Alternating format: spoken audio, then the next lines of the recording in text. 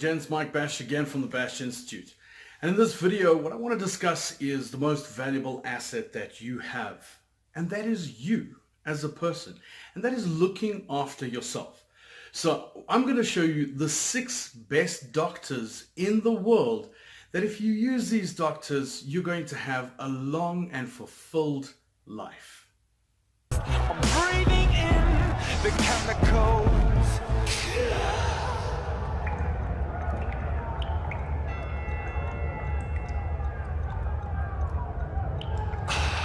So as you guessed it, the first one is breathing, fresh air. Now, breathing is something we do autonomically. We have to in order to survive. But what we don't do enough is actually breathe with intention. Take control of your breathing. You see, because breathing has the amazing ability to be able to calm you down when you're stressed, for example. But it can also excite you and motivate you when you need that burst or push of energy. So here's a little breathing exercise for you to start to learn how to take control of that and see the effect it has on you.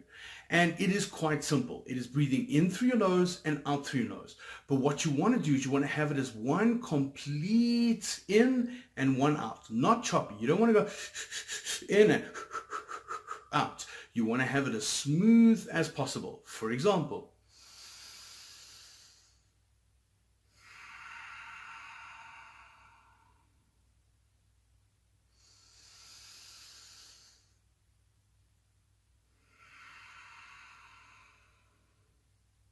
now you can couple that in with a nice relaxation technique. So as you breathe in, feeling your chest rise up, when you let that air out, just let your shoulders relax, your chest, your stomach muscles, your legs, your hips, let it all relax. Just let all of that tension that you have literally drain right through your body into the ground. You can almost imagine that you could just have these beautiful long roots from the bottom of your feet all the way down to the center of the earth. And you can let all of your worries, all of that stress just filter down into that wonderful burning magma in the center of the earth and let it take care of all of that negativity for you. But then, like I say, you can also use breathing to motivate you, to get you excited. So what you can do is alternate your breathing. So you can speed it up a little. Like I'm getting ready for a meeting. And you can automatically feel, if you try that, how that energy all of a sudden in your body comes. So long one in and out, 2 shorts and out. And you can sort of feel how your cells come alive. That'll help you get motivated for when you have those moments of insecurity or you have to do something where you need that jolt of energy. So breathing is so, so important. And the first doctor that we're going to look at. Let's look at the next one. Drive carefully, have a great day.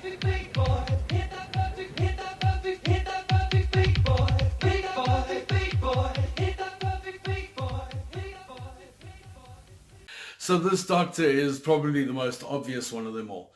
Exercise. But much like breathing, it's exercise with intention. Now, when I say exercise, I don't mean that you need to go to the gym and become the fittest, tonest person out there. I don't mean that you have to become a supermodel or try and base your lifestyle on an image that might be impossible for you to achieve. It's not about that. Exercise is about doing something on a daily basis with intention. So even if it was something as simple as going for a walk, but in your mind, you put in that intention that what I'm doing is to become healthy, is to feel better. Even if it were a situation of you doing 10 push-ups and 10 sit-ups, it doesn't have to be an hour long in gym. But the intention has to be there. So I get a lot of clients that come to me and say to me, but Michael, I walk a lot at work and yet I don't seem to see an effect on me. I don't feel healthier. I'm not seeing any weight loss or anything like that. And I say, yes, because when you're walking at work, your mindset is on whatever it is you're doing at work. The purpose you took that walk was to go and deliver that message or fetch that file or make that copy or whatever the case is. Change the intention. Put your mindset in, this activity I'm about to do is about me feeling healthier. It is about me feeling happier. And see the difference then that will make. Feel your muscles from the inside. Feel your body from the inside. Exercise is so vitally important because your brain, which is the most important organ you have, uses 20% of all the oxygen and nutrients you bring into your body. Now we want to give it good quality oxygen and good quality nutrients, and exercise helps with that. It lowers rates of depression. It increases your immune system response, meaning that you're going to be healthier for longer. But like I say, it's not about being the most toned and fit person. Unless that's your objective, unless that's your goal, then go for that. But for just the average person like you and me, just that 5 minutes a day of pure intentional exercise to feel healthier will have an infinitely large effect on your overall well-being and success.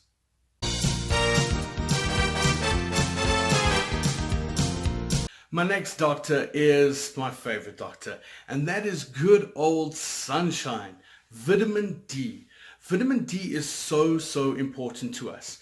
There has been studies showing that a lack of vitamin D is linked directly to higher levels of depression and anxiety. It also has ways of influencing your brain's activity. Your ability to have good memory, for example, is directly influenced by your vitamin D levels. And the best way to get vitamin D in is good old sunshine. It is free and we have it in abundance here in South Africa. So go out there, spend some time in the sun, get that vitamin D in. It'll help you concentrate for longer. It'll also have a very positive effect on your immune system response, meaning that you're going to be healthier. And most importantly, it works on that depression and that anxiety. High levels of vitamin D will lower your levels of depression. It'll lower your levels of anxiety and make you more resistant to stress-related illnesses. So get outside, breathe, exercise, and get some wonderful vitamin D into your life.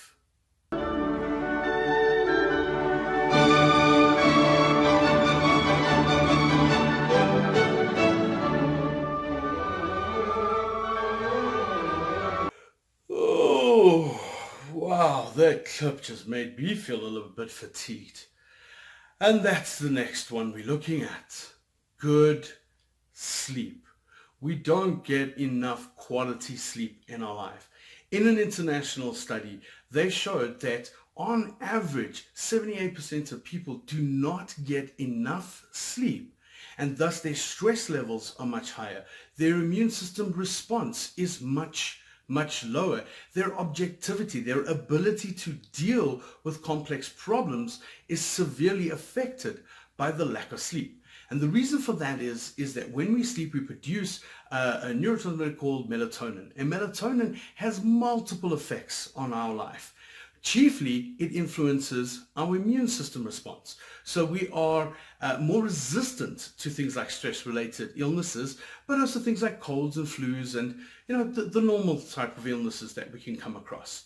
Melatonin is hugely important to us, but it's only really produced when we sleep. So here's what we want to do. We want to try and make your bedroom as dark as possible. Get rid of anything that emits artificial light. So your cell phone is a great example of that. How many people sleep with their cell phone next to them at night on the nightstand? And it's got that little flashing light. Whether you know it or not, that little flashing light is influencing you in your sleep. But not just that. The non-ionizing magnetic radiation, or Wi-Fi as most of us know it as, those cell phone signals that's coming in, has a way of affecting your brain's waves. So if you have to have your cell phone in the room, put it at the far side of the room so it's not right next to you. And then, like I say, all those little lights, so the little red light from maybe you got a TV in your room, and try and kill those as much as possible. Try not to have light in your room so that you can get good quality sleep. And we should be looking at about 7 to 8 hours worth of sleep, depending on where you are in your life. Now, I understand for some people that isn't always practical. Then you must find ways of being able to, even if it's a short period of time, get good quality sleep. So remember that breathing exercise I showed you? Well, that's a fantastic way to allow your body to relax at night when you're going into bed by breathing in, holding for 3 seconds, breathing out in smooth control. Take control of your breathing and then add that into the relaxation, relaxing the shoulders, stomach muscles, legs, all the way down to your feet, and allow yourself to drift off into some wonderful sleep. And you'll find yourself being more refreshed and more energized for the day, and thus more able to take on all those challenges that are going to come at you head on.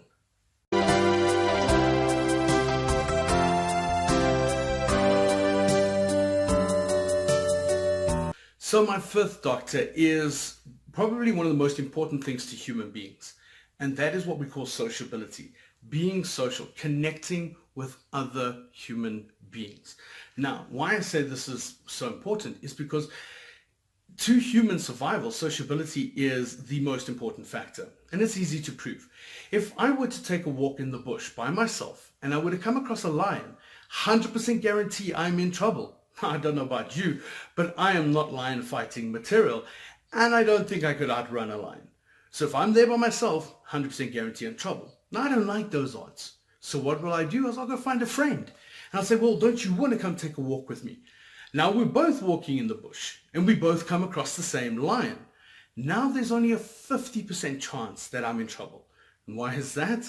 Because quite simply, I now no longer have to be stronger than the lion or faster than the lion. I've only got to be faster than the person standing next to me.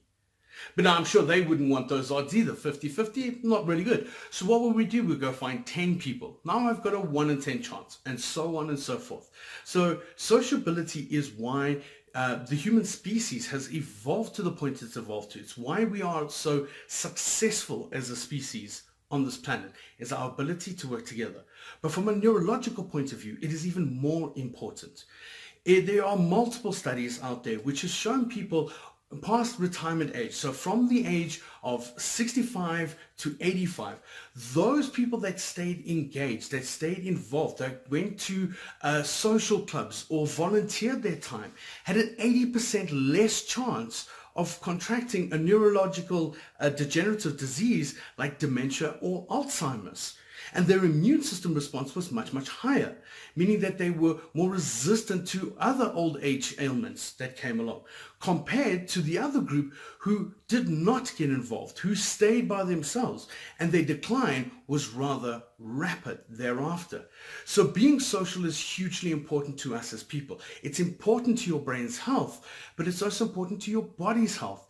It's very much important to our emotional perspective too, because that is where we can learn from other people and share with other people. The load is always lighter when you have other hands to help you carry. So don't hold on to all of these things just by yourself. Get out there, make friends, become involved, and you will live a much longer, happier, and stay sharper for longer in your life too.